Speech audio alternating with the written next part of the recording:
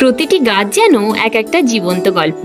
এই যে এক সারিতে দাঁড়িয়ে থাকা আমার অ্যাডেনিয়াম পরিবার, ওদের আমি বলি মাটির বুকে গড়া নীরব শিল্প। কারো শিকড় যেন উঠে এসে বলছে, দেখো আমি কত শক্ত করে ধরে মাটিকে ভালোবেসে আছি।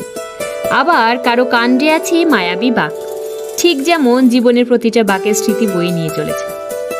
এদের যত্ন খুব বেশি কিছু না, শুধু একটু রোদ, হালকা জল, ভালোবাসার ছোঁয়া।